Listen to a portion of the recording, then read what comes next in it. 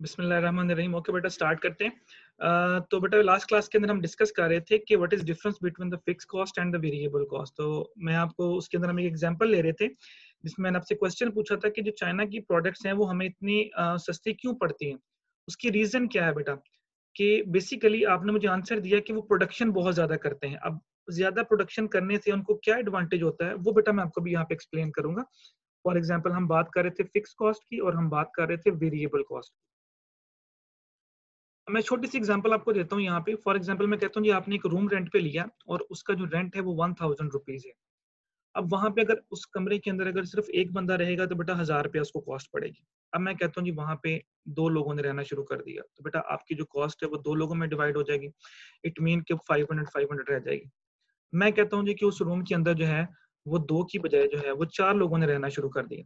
ठीक हो गया। तो अब आपको जो कॉस्ट पड़ेगी वो पड़ेगी आपको 250 पर पर्सन एंड सो ऑन। अगर हम इसको एक्सप्लेन करते जाएं, अगर मैं कहूँ जी वहां पे 10 बंदों ने रहना शुरू कर दिया तो कॉस्ट आपको 100 रुपया पड़ना शुरू हो जाएगी। सेम बेटा यही कॉन्सेप्ट जो है वो आपकी फिक्स कॉस्ट का आता है मशीनरी के ऊपर। देखिए आपने एक मशीन परचेज की, फॉर एग्जाम्पल आपने वो मशीन परचेज की, मैं कहता हूँ जी 2 लाख रुपए की मशीन परचेज की आपने, ये मैं एग्जाम्पल ले रहा हूँ। आप उस मशीन के ऊपर जो प्रोडक्शन कर रहे हैं, फॉर एग्जांपल मैं कहता हूँ मंथली बेसिस पे कर लें या ईयरली बेसिस पे कर लें या डेली बेसिस पे कर लें, जो भी आप इसको एक्सप्लेन करना चाहते हैं। वो मैं फॉर एग्जांपल कहता हूँ कि मैं इसके ऊपर तकरीबन कोई 10,000 यूनिट्स प्रोड्यूस करता हूँ। चले मैं डेली बेसिस पे ले लेता हूँ 10,000 यूनिट। अब वो ये 2 लाख रुपए की बेटा मशीन है, इसके ऊपर आप 10,000 यूनिट्स की प्रोडक्शन कर रहे हैं, तो अब आप क्या करेंगे, अब आपको डेली कॉस्ट कितनी पड़ रही है। अब आपने इस 2 लाख के ऊपर इस 10,000 को डिवाइड कर देना तो आपके पास पर यूनिट कॉस्ट आ जाएगी। करके देखें जरा, डिवाइड, इसको जरा डिवाइड करें 10,000 से, क्या आंसर आता है जरा मुझे बताएं जरा। 2 लाख को जरा 10,000 पे तकसीम करें। जी बेटा क्या आंसर आया? सर 20 आ गया। इसका मतलब कि वो जो चीज आप प्रोड्यूस कर रहे हैं वो आपको 20 रुपए पर यूनिट कॉस्ट पड़ रही है उसकी। अच्छा, इसी एग्जाम्पल को ले लें, 2 लाख ही आपके पास यूनिट है। अब आपने वहां पे उस 10,000 यूनिट की बजाय आपने वहां प्रोड्यूस करना शुरू कर दिया तकरीबन कोई 20,000 यूनिट। अब कॉस्ट कितनी रह जाएगी? 10 रुपीज पर प्रोडक्ट रह जाएगी। अच्छा, अब जी सर। चाइना क्या करता है बेटा कि उस मशीन की जितनी कैपेसिटी है उस मैक्सिमम कैपेसिटी तक वो प्रोडक्शन करता है। फॉर एग्जांपल मैं कहता हूँ इस मशीन की जो कैपेसिटी है ये 2 लाख यूनिट प्रोड्यूस कर सकती है। अब अगर आप 2 लाख यूनिट ही प्रोड्यूस करते हैं फॉर एग्जांपल उस मशीन के ऊपर, और 2 लाख को जब आप 2 लाख पर डिवाइड करेंगे तो आपके पास जो कॉस्ट रह जाएगी वो क्या रह जाएगी? 1 रुपीज पर प्रोडक्ट यानी पर यूनिट रह जाएगी। यानी 20 रुपए से कॉस्ट कम होके कहाँ पे आ गई? 1 रुपीज पे आ गई। अब आपने प्रोडक्शन बढ़ा दी, उसके ऊपर 4 लाख यूनिट की प्रोडक्शन कर दी। यानी चाइनीज लोग क्या करते हैं बेटा, वो ये करते हैं कि जो फिक्स कॉस्ट उन्होंने यूज की होती है वो उसकी इतनी ह्यूज प्रोडक्शन कर देते हैं कि जो उनको फिक्स्ड कॉस्ट पड़ती है वो पॉइंट्स में पड़ती है। अब जरा 2 लाख को 4 लाख पे तकसीम करें, देखिए क्या आंसर आता है। पॉइंट समथिंग आएगा, जरा बोलें। 2 लाख को जरा 4 लाख पे तकसीम करें, क्या आंसर आ रहा है? सर 0.5। 0.5। इट मीन्स दैट अब बेसिकली वो अपनी सेविंग कहाँ से कर रहे हैं? वो बेसिकली अपनी सेविंग यहाँ से करते हैं कि वो इतनी ह्यूज प्रोडक्शन करते हैं जिसकी वजह से उनकी जो फिक्स कॉस्ट है वो ऑलमोस्ट पॉइंट्स में चली जाती है, यानी नियर टू जीरो। जीरो नहीं होती, एग्जैक्ट जीरो नहीं कह सकते, नियर टू जीरो चली जाती है। और सिर्फ उनको कौन सी कॉस्ट बेयर करनी पड़ती है बेटा? उनको सिर्फ और सिर्फ वेरिएबल कॉस्ट बेयर करनी पड़ती है। वो जो प्लास्टिक वगैरह उसके ऊपर लगता है, जो भी उसके ऊपर जो प्रोडक्शन वगैरह के ऊपर जो लगता है, सिर्फ और सिर्फ वो कॉस्ट बेयर करते हैं और उस कॉस्ट के वो पैसे ऐड करके उसके साथ वो अपनी सेलिंग प्राइस में निकाल लेते हैं। तो this is the reason behind that कि फिक्स कॉस्ट वो कॉस्ट होती है बेटा जिसको हम डिक्रीज कर सकते हैं बाय इंक्रीजिंग द प्रोडक्शन। जो वर्ड मैंने यूज किया इट्स वेरी इंपॉर्टेंट कि फिक्स कॉस्ट को हम रिड्यूस कर सकते हैं बाय इंक्रीजिंग द प्रोडक्शन। जैसे जैसे हम प्रोडक्शन को इंक्रीज करते जाएंगे आपकी जो फिक्स कॉस्ट है वो डिक्रीज करते जाएगी। जिस तरह मैंने आपको रूम की एग्जांपल भी दी, जिस तरह मैंने आपको ये प्रोडक्शन की एग्जांपल भी दी। वेरिएबल कॉस्ट जो बेटा है ये वेरी करती है विद द प्रोडक्शन। हाई मतलब अगर आप प्रोडक्शन ज्यादा करेंगे तो उसके हिसाब से कॉस्ट आपकी इंक्रीज होती जाएगी, प्रोडक्शन कम करेंगे तो उसके हिसाब से आपकी जो कॉस्ट है वो कम होती जाएगी। अंडरस्टैंड बेटा? Understand the concept of fix cost and variable cost? जी सर। कोई कंफ्यूजन? Yes sir. जी सर। ओके, ठीक हो गया। अच्छा, इसके बाद फिक्स कॉस्ट और वेरिएबल कॉस्ट की ये डेफिनेशन सारी बेटा इसके अंदर गिवन है। मैं सिर्फ कॉन्सेप्ट्स क्लियर कर रहा हूं आप लोगों की, आप लोगों ने इसको यहाँ से रीड कर लेना है। जो चीज नहीं समझ आएगी वो आप मुझसे नेक्स्ट क्लास में क्वेश्चनिंग करके पूछ सकते हैं। अच्छा, फिक्स कॉस्ट मैंने बता दिया, वेरिएबल कॉस्ट बेटा मैंने बता दिया। अच्छा, जो चीजें हम यहाँ पे डिस्कस करते जाएंगे आपने वो चीजें सिर्फ रीड आउट करनी है for the paper point of view भी कह लें, फॉर डिफरेंट मतलब जो एग्जामिनेशन के पॉइंट ऑफ व्यू से भी कह लें और न्यूमेरिकल के पॉइंट ऑफ व्यू से भी कह लें, जो कि हम यूज करेंगे। अच्छा, अब टोटल कॉस्ट बेटा क्या होती है? Fix cost plus variable cost. आपके पास कुछ फिक्स कॉस्ट होती हैं, कुछ वेरिएबल कॉस्ट होती हैं, उन दोनों को आपने जब प्लस कर लेना है तो आपके पास टोटल कॉस्ट आ जाएगी। डेफिनेटली आपने मटेरियल इस्तेमाल किया, अगर वो वेरिएबल कॉस्ट है तो उसको भी शामिल करेंगे, प्लस आप फिक्स कॉस्ट को भी शामिल करेंगे, दोनों कॉस्ट को जब ऐड करेंगे तो टोटल कॉस्ट आएगी। Then you will decide the price के what should be the price of that product. तो ये यही चीज बेटा लिखी हुई है, देखें। अब ये अच्छा चलें, अब यहाँ पे ये देखें कि फिक्स कॉस्ट क्या है। ये देखें यहाँ, दिस टेबल को आपको अंडरस्टैंडिंग हो जाएगी बेटा, जो मैंने अभी थोड़ी देर पहले एक लाइन बोली थी कि फिक्स कॉस्ट बेटा पर यूनिट के हिसाब से क्या होती है। ये क्या लिखा पर यूनिट, क्या लिखा हुआ? इंक्रीज। और जो टोटल में है वो क्या रहती है? वो कांस्टेंट हो जाती है। इसी तरह वेरिएबल कॉस्ट बेटा कांस्टेंट रहती है और उसके बाद फिर वो क्या होती जाती है? टोटल में वो डिक्रीज होती जाएगी आपकी टोटल कॉस्ट के हिसाब से, जब हम उसको डिवाइड करेंगे। तो इस वजह से जितनी आप बेटा प्रोडक्शन कॉस्ट जो वो इंक्रीज करते जाएंगे, आपकी जो कॉस्ट है उसके ऊपर वो आपको जो है वो उसका फर्क पड़ता जाएगा कॉस्ट के ऊपर। अच्छा, ये उन्होंने एक छोटा सा एग्जांपल दिया हुआ है, इस एग्जांपल को फिलहाल हम बाद में एक्सप्लेन करेंगे। अभी मैं सिर्फ और सिर्फ आपको कॉन्सेप्ट दे रहा हूँ, देन फिर हम इसको जो न्यूमेरिकल है वो बाद में हम सॉल्व करेंगे। ओके बेटा, आगे आते हैं कॉस्ट यूनिट। ये कुछ definition, fix cost variable cost के बाद नेक्स्ट डेफिनेशन है हमारे पास कॉस्ट यूनिट क्या होता है। अच्छा, अब इसकी आपने इसकी सिर्फ बेटा डेफिनेशन, और ये मैं आपको बार बार बेटा बता रहा हूँ कि जो मैं अभी आपको कॉन्सेप्ट्स पढ़ा रहा हूँ ना, इसके बाद मैं आपको एक असाइनमेंट दूंगा। उस असाइनमेंट के अंदर कुछ कॉस्ट गिवन होंगी, आपने सिर्फ उसको क्लासिफाई करना होगा कि इसमें से फिक्स कॉस्ट कौन सी है, इसमें से वेरिएबल कॉस्ट कौन सी है, इसमें से कॉस्ट सेंटर कौन सा होता है। इसमें जिस तरह ही अभी आपके सामने मैं टर्मिनोलॉजीज एक्सप्लेन करने लगा हूँ, तो इन टर्मिनोलॉजी से रिलेटेड वो सारे के सारे असाइनमेंट होगी। तो आपने इनको टर्मिनोलॉजीज को अच्छी तरह से देख लेना है। जो टर्मिनोलॉजी समझ नहीं आएगी वो आपने नेक्स्ट क्लास में मुझसे पूछ लेनी है, और उसके बाद फिर असाइनमेंट जो है वो आपके इसके अंदर ग्रुप के अंदर शेयर कर दी जाएगी और वो आपने फिर उसको सॉल्व करना होगा। कॉस्ट बेटा यूनिट क्या होता है? The unit of hour like it is a unit of product और service in relation to which the cost is calculated. It is a unit of the output of the product of the business. In simple word, the unit of for which the cost of produce unit is identified or allocated. Simple बेटा, जिस unit के लिए आप cost calculate करते हैं उसको cost unit कहते हैं। आप कहते हैं जी मैंने मोबाइल की कॉस्ट कैलकुलेट करनी है, तो मोबाइल फोन आपके लिए कॉस्ट यूनिट है। आप कहते हैं जी मैंने बॉल पॉइंट की जो है वो कॉस्ट कैलकुलेट करनी है, तो बॉल पॉइंट जो है वो आपके लिए कॉस्ट यूनिट है। देखिए उसने एग्जांपल दी हुई है, अगर आप बॉल पॉइंट की कैलकुलेशन कर रहे हैं, मैन्युफैक्चरिंग कर रहे हैं, तो बॉल पॉइंट जो होगी वो आपके लिए कॉस्ट यूनिट होगी। तो कॉस्ट यूनिट क्या होता है? वो प्रोडक्ट बेटा जिसके बारे में आप कॉस्ट कैलकुलेट कर रहे होते हैं, वो प्रोडक्ट आपके लिए क्या होगी? कॉस्ट यूनिट होगी। इसी तरह अगर आप कोई फैन मैन्युफैक्चरिंग कंपनी कर रहे हैं, तो आपका जो फैन होगा वो आपके लिए कॉस्ट यूनिट होगा। अच्छा, कॉस्ट सेंटर बेटा क्या होता है? वो लोकेशन बेटा जहाँ पे आप मुख्तलिफ किस्म की जो है वो कॉस्ट जो है वो कैलकुलेट कर रहे होते हैं। फॉर एग्जाम्पल देखें, जिस तरह हम गाड़ियों की वर्कशॉप होती हैं, वर्कशॉप के अंदर जब आप गाड़ियों को ठीक करवाते हैं, तो जो वर्कशॉप के ऊपर आएगी, जो आपके डिपार्टमेंट्स होते हैं, अदर डिपार्टमेंट्स होते हैं, वो आपके कॉस्ट सेंटर होते हैं। फॉर चले मैं इसको थोड़ा सा मजीद एलैबोरेट कर देता हूँ। फॉर एग्जांपल मैं कहता हूँ ये कंपनी है, उसके अंदर 5 डिपार्टमेंट है, फाइनेंस का है, मार्केटिंग का है, एचआर का है, फलान डिपार्टमेंट। वो जो अलग अलग डिपार्टमेंट्स हैं वो आपके लिए कॉस्ट सेंटर्स हैं। जिस तरह गाड़ी की आपकी मैंने एग्जांपल दी वर्कशॉप की, कि जो आप गाड़ियों की वर्कशॉप होगी वो आपके लिए कॉस्ट सेंटर होगा। यूनिट क्या है? गाड़ी यूनिट है, और वो जिस जगह पे उसकी हम कॉस्ट के कैलकुलेशंस कर रहे हैं वो आपके लिए कॉस्ट सेंटर है। अब देखें फाइनेंस के अंदर भी जो एक्सपेंसेस आ रहे हैं वो भी हम प्रोडक्ट के ऊपर ऐड करेंगे, मार्केटिंग के जो एक्सपेंसेस आ रहे हैं वो भी प्रोडक्ट के अंदर ऐड होंगे, एचआर के जो एक्सपेंसेस आ रहे हैं वो भी प्रोडक्ट के अंदर ऐड होंगे, लेकिन उनको हम कॉस्ट सेंटर्स बोलेंगे कि ये हमारे कॉस्ट सेंटर्स हैं, और जो होल प्रोडक्ट है वो हमारे लिए कॉस्ट यूनिट है। अंडरस्टैंड बेटा? Yes sir. Yes sir. यहाँ पे प्रॉब्लम बेटा, ये मैं इसलिए बड़े आराम आराम से बता रहा हूँ, डिटेल में बता रहा हूँ कि आप लोगों को ये क्लियर होना चाहिए। अब देखिए जिस तरह उसने बोला इलेक्ट्रिकल सर्विस डिपार्टमेंट हो गया, पैकेजिंग डिपार्टमेंट हो गया, ये सारे के सारे जो डिपार्टमेंटल वाइज कॉस्ट होगी उसको हम कॉस्ट सेंटर बोलेंगे। जिस तरह मैंने एचआर, फाइनेंस और आपको एग्जांपल दी मार्केटिंग डिपार्टमेंट की, तो वो आपके लिए कॉस्ट सेंटर्स होंगे। रेवेन्यू सेंटर्स बेटा क्या होंगे? वो डिपार्टमेंट्स आपके लिए रेवेन्यू सेंटर होंगे जो आपको रेवेन्यू जनरेट करके देंगे। लाइक आपका सेल डिपार्टमेंट, ठीक हो गया। आपकी जो फैक्ट्री आउटलेट्स हैं, जो आपने बाहर दुकानें बनाई हुई हैं, जिस तरह अक्सर आप देखें जो आपकी मैन्युफैक्चरिंग बिजनेसेस होते हैं, जो टेक्सटाइल है, उन्होंने अपने अपने बाहर जो है वो आउटलेट्स खोले हुए हैं, तो वहाँ पे वो चीजें बेच रहे होते हैं। उनकी जो कॉस्ट होगी बेटा उसको हम रेवेन्यू सेंटर बोलेंगे, यानी वो जो हमारे लिए सेंटर्स होंगे वो रेवेन्यू सेंटर्स होंगे। उसमें आपका सेल्स डिपार्टमेंट आ जाएगा, और उसमें आपकी जितनी भी आउटलेट्स हैं, जितने जो भी चीजें आप बेचने के लिए कर रहे हैं, वो सारे के सारे आपके लिए रेवेन्यू सेंटर्स में आ जाएगी। प्रॉफिट सेंटर क्या होता है बेटा? प्रॉफिट सेंटर आपका वो सेंटर होता है जो कि सर प्रॉफिट, जी जी हम आज सर बताते। रेवेन्यू सेंटर जरा समझाना, इसकी समझ नहीं लगी। सिंपल बेटा, जो आपका सेल्स डिपार्टमेंट होता है ना, जो चीजों को सेल करके जनरेट कर रहा होता है, वो आपका रेवेन्यू सेंटर है। उसमें आपका सेल्स डिपार्टमेंट आ जाएगा। अब फॉर एग्जांपल आप कहते हैं कि मेरी टेक्सटाइल मिल है और मैंने फलां जगह पे एक दुकान बनाई हुई है। वो जो दुकान होगी ना, वो जो शॉप बनाई है जहाँ से आप डायरेक्टली डील करते हैं, आउटलेट्स वगैरह जो बनी होती है, जिस तरह जे डॉट की आउटलेट बनी है। अब वो जो जे डॉट की आउटलेट है, वो आपके लिए रेवेन्यू सेंटर है।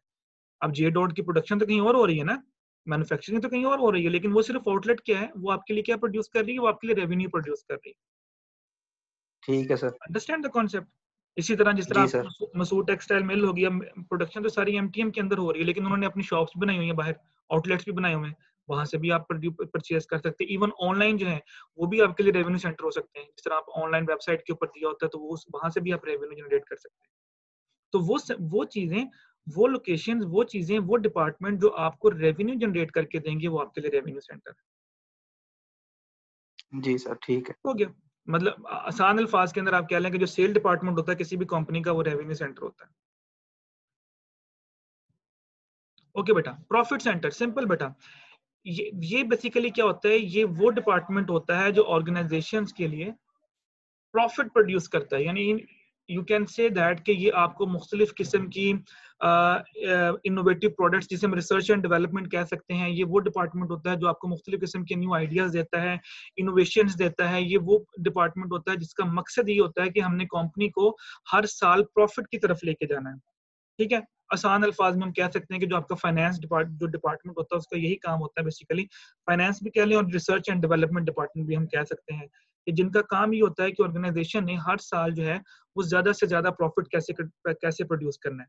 उसके लिए बेटा जो रिसर्च एंड डेवलपमेंट डिपार्टमेंट होता है, उसका काम ये होता है कि नई से नई इनोवेशन लेके आए, प्रोडक्ट डिजाइन को चेंज करें, नए ब्रांड लेके आए, मतलब जो भी वो आइडियाज लेके आएंगे, वो सारे के सारे बेटा, जो भी सेंटर ये काम कर रहा होगा, जिस भी नाम से सेंटर ये काम कर रहा होगा, वो आपका प्रॉफिट सेंटर है।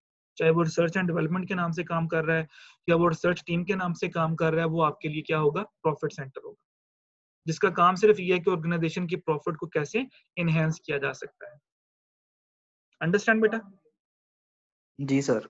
इन्वेस्टमेंट सेंटर बेटा वो डिपार्टमेंट जो मुख्तलिफ इन्वेस्टमेंट्स प्रोवाइड करता है। जिस तरह फॉर एग्जांपल हमारी हमारी कंपनी होती है जी, वो कहता है जी कि आपको वहां वहां पे इन्वेस्टमेंट करनी चाहिए। आपका ये कोई एक डिपार्टमेंट भी हो सकता है, या कुछ चंद लोग आपने हायर किए होते हैं, वो लोग भी हो सकते हैं, जिसको छोटा सा एक ऑफिस बना के दिया होता है, जिन्होंने सिर्फ ये देखना होता है कि हमने इन्वेस्टमेंट कहाँ कहाँ करनी है। अब आप कहते हैं जी पाकिस्तान के अंदर हम मैक्सिमम जो है वो इन्वेस्टमेंट कर चुके हैं। अब आप कहते हैं कि यार मुझे बताओ, मुझे और कहाँ इन्वेस्ट करना चाहिए। उस डिपार्टमेंट का ये काम होता है कि उसने आपको सारी की सारी रिसर्च करके बतानी होती है इन्वेस्टमेंट से रिलेटेड, कि हमें कहाँ कहाँ पे इन्वेस्टमेंट करनी चाहिए। फॉर एग्जाम्पल मैं इसकी छोटे से एग्जाम्पल देता हूँ। मैं कहता हूँ जे डॉट जो है, ये फैसलाबाद के अंदर ओपन हो गया। अब आप कहते हैं कि यार फैसलाबाद में तो हमने मार्केट को कैप्चर कर लिया, अब हमने लाहौर, कराची, इस्लामाबाद जाना है। तो ये डिपार्टमेंट का काम ये होता है कि इसने एनालिसिस करके बताना होता है कि हमें अगर लाहौर जाना है तो लाहौर में किस लोकेशन को हिट करना है, अगर हमने कराची जाना है तो कराची में किस लोकेशन को हिट करना चाहिए, कि जिससे हमारी सेल्स बढ़े, जिससे हमारा प्रॉफिट बढ़े। तो इन्वेस्टमेंट सेंटर का काम ये होता है कि उसने आपको इन्वेस्टमेंट अपॉर्चुनिटीज बतानी होती हैं, और ये बताना होता है कि उस डेफिनेटली उसने कॉस्टिंग तो करनी करनी है, कि उसको शुरू करने में कितना खर्चा आएगा, उसमें हमें कितने प्रॉफिट, कितना लॉस होने के चांसेस होते हैं। तो वो सेंटर जो आपको इन्वेस्टमेंट से रिलेटेड इन्फॉर्मेशन प्रोवाइड करेगा, that centre is called investment centre. Understand बेटा। Yes sir.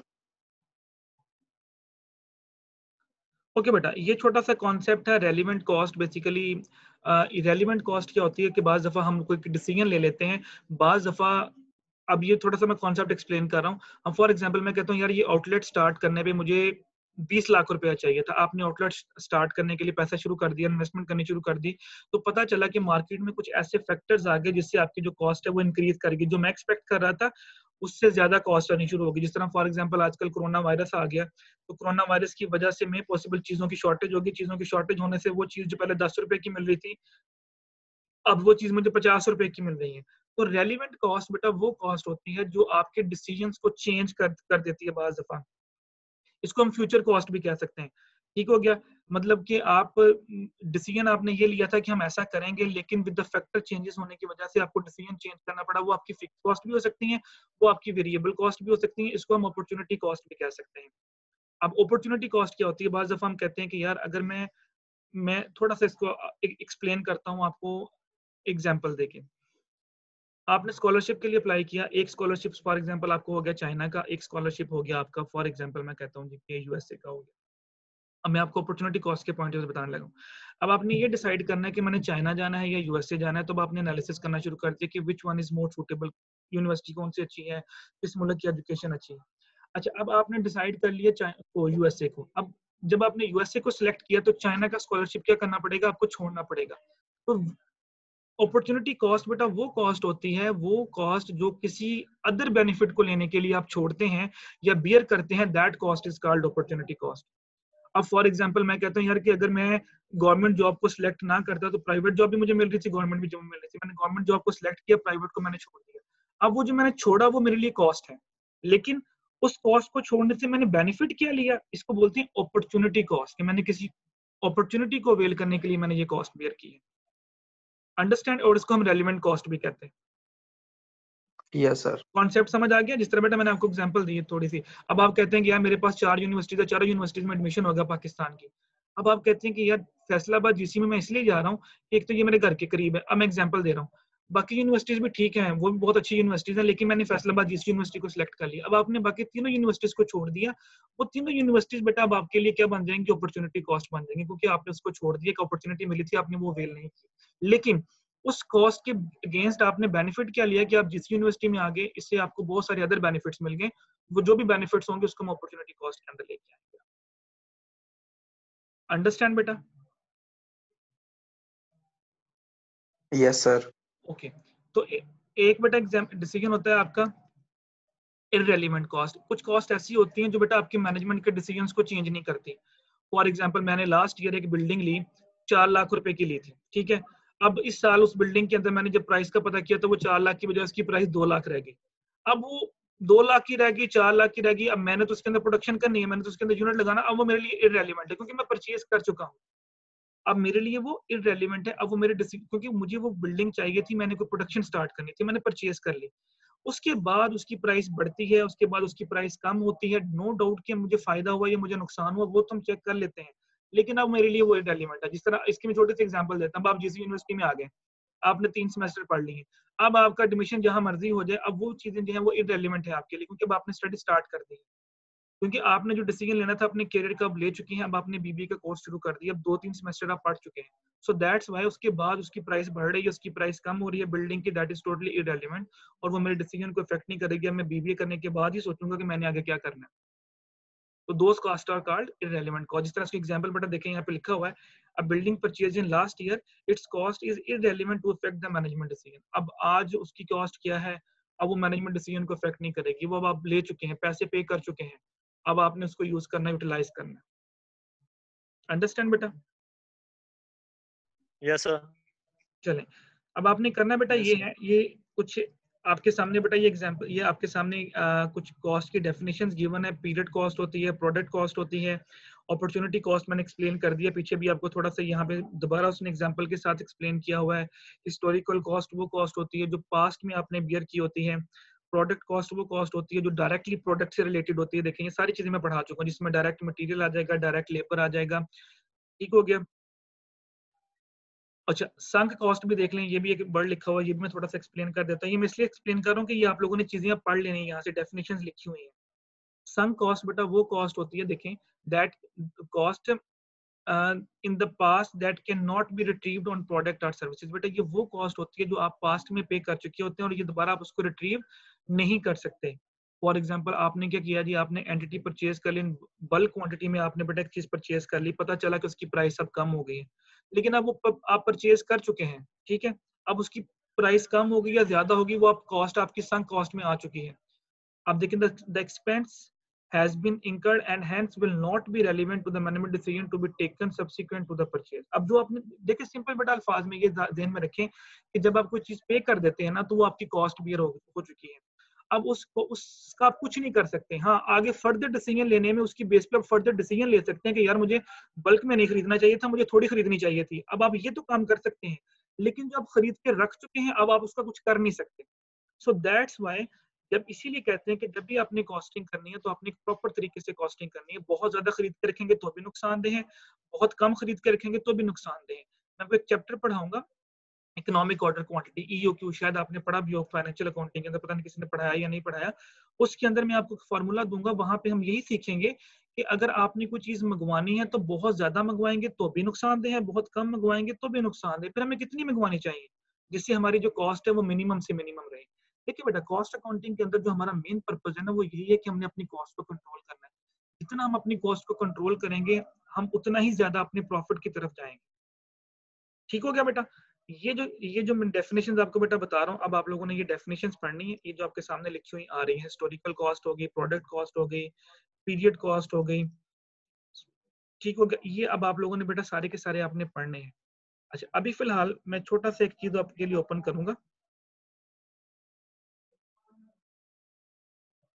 ये देखिए, उसने नीचे असाइनमेंट क्वेश्चन भी दिए, और ये असाइनमेंट क्वेश्चन वही क्वेश्चंस हैं जो मैंने अभी आप लोगों से बोले। जैसे डिफाइन कॉस्ट अकाउंटिंग मैंने बता दिया, what are 3 board element of cost, बेटा वही लेबर, मटेरियल एंड एफओएच जो मैंने बताया। Give 3 example of factory overhead cost, जिस तरह मैंने इलेक्ट्रिसिटी बिल बोला, इसमें आप एग्जांपल दे सकते हैं। Give any 2 example of distribution overhead. ये सारे के सारे बेटा ऊपर जितना भी हमने पढ़ा होगा ना, ये सारे उसके अंदर गिवन है। आप लोगों ने ये एक्सरसाइज बेटा आपने जरूर सॉल्व किया करनी है। जब भी कोई चैप्टर हमारा खत्म होगा, इसके एंड पे जितने क्वेश्चंस हैं, क्वेश्चंस के आंसर्स आपने खुद से सॉल्व लाजमी करने हैं, including the multiple choice question. तो पेपर में हो सकता है कि मैं इन्हीं में से रिलेटेड कुछ चीजें आपसे पूछूं। ठीक हो गया? अब ये देखिए, ये एमसीक्यूज क्वेश्चन वही क्वेश्चन है जो हम पीछे पढ़ के आए हैं। The main purpose of cost accounting is, ये देखिए, the main purpose of cost accounting is, क्या है बेटा मेन पर्पज कॉस्ट अकाउंटिंग का? ये आपके सामने 4 ऑप्शन गिवन है, कौन सी ऑप्शन आएगी?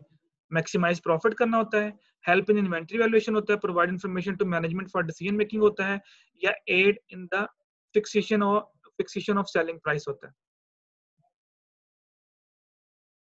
कॉस्ट अकाउंटिंग बेटा क्या सर आप करती बता है? दें। जी बोलने सर बोलिए। आप बता दें। नहीं, मैं तो आपसे बेटा पूछ रहा हूँ। कॉस्ट अकाउंटिंग के भी हमने डेफिनेशन पढ़ी तो है।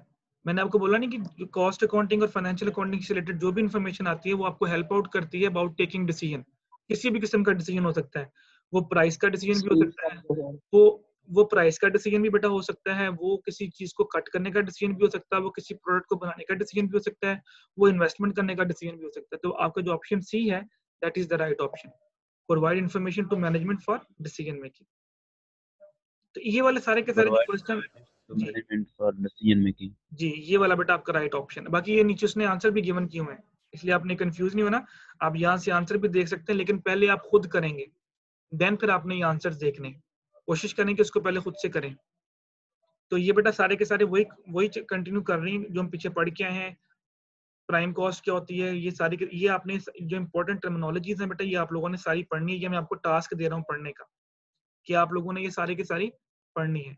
अब जो हमारी नेक्स्ट क्लास होगी ना बेटा, उस नेक्स्ट क्लास के अंदर आप लोगों ने एक तो ये दोनों चीजें पढ़ के आनी है जो मेन मैंने आपको बोली है, कि फिक्स कॉस्ट क्या होती है, वेरिएबल कॉस्ट क्या होती है, कॉस्ट यूनिट क्या होता है, हिस्टोरिकल कॉस्ट क्या होती है, रेलिवेंट कॉस्ट क्या है, अपॉर्चुनिटी कॉस्ट क्या है, संक कॉस्ट क्या है। ये सारी की सारी डेफिनेशंस आप लोगों ने यहाँ से रीड आउट कर लेनी है। अब जो हमारी नेक्स्ट क्लास आएगी उसके अंदर बेटा मैं आपको सीजीएस स्टेटमेंट बनाना सिखाऊंगा, cost of goods sold statement बनाना सिखाऊंगा। और उसके अंदर बेटा ये देखेंगे आपके सामने, इस तरह से हम न्यूमेरिकल सॉल्व करेंगे प्रॉपर तरीके से। तो जो हमारी अगली क्लास होगी बेटा, उस अगली क्लास के लिए आप लोगों ने कोशिश करनी है, आपके पास बल्कि कोशिश नहीं करनी है, आपके पास कंपल्शन है कि आप लोगों ने अपने पास रजिस्टर भी रखना है, कैलकुलेटर भी रखना है, और पेंसिल भी आपके पास होनी चाहिए, बॉल पॉइंट आपके पास होनी चाहिए। अंडरस्टैंड बेटा? Yes sir. जी सर। आपका ये टास्क है Yes, कि sir. आपने सिर्फ ये डेफिनेशंस पढ़नी है नेक्स्ट क्लास के लिए, सिर्फ ये टास्क है आपका। Okay sir. और अगली क्लास में मैं आपको ये सारे का सारा ये जो फॉर्मेट है ये सिखाऊंगा, पहले जो लिखा हुआ है ये फॉर्मेट पहले मैं आपको सिखाऊंगा, देन फिर हम इसी फॉर्मेट को लेके एक न्यूमेरिकल सॉल्व करेंगे। और ये बेटा आपका मेन टॉपिक है जिसको हम बोलते हैं cost of goods sold statement, जो मैं बार बार वर्ड यूज कर रहा था। इसके अंदर देखिए आपके सामने प्राइम कॉस्ट भी आएगी, इसके अंदर सारी चीजें आएंगी जो हम पीछे पढ़ के अभी आए हैं। तो वो हमें आपको फिर जो है वो नेक्स्ट क्लास में हम डिस्कस करेंगे। तो सीआर साहब अभी आप ऐसा करेंगे कि आप इनकी जो है अटेंडेंस जो है वो मुझे आप सेंड ओके सर। बैठे हैं सीआर साहब? जी जी सर। 23 लोग बेटा शो हो रहे हैं मुझे, 23 तो इन 23 लोगों की ही अटेंडेंस मेरे पास आने चाहिए। बाकी मैंने पिक ले ली है, तो आप भी बेटा ले लें और कोशिश करें कि मुझे ना roll number wise attendance send किया करें, क्योंकि जब मैंने मार्क करनी होती है तो ओके मुझे सर। आगे पीछे रोल नंबर ढूंढने पड़ते हैं। आपने मुझे जी सर। वाइज बेटा जो है वो रोल। ठीक है बेटा, और कोई क्वेश्चन बेटा, एनी कंफ्यूजन एनीवन आज के लेक्चर से कुछ रिलेटेड कोई चीज पूछना नो चाहते सर। हैं? No sir. चलें बेटा, थैंक यू सो मच बेटा, ओके, अल्लाह हाफिज। अल्लाह हाफिज सर।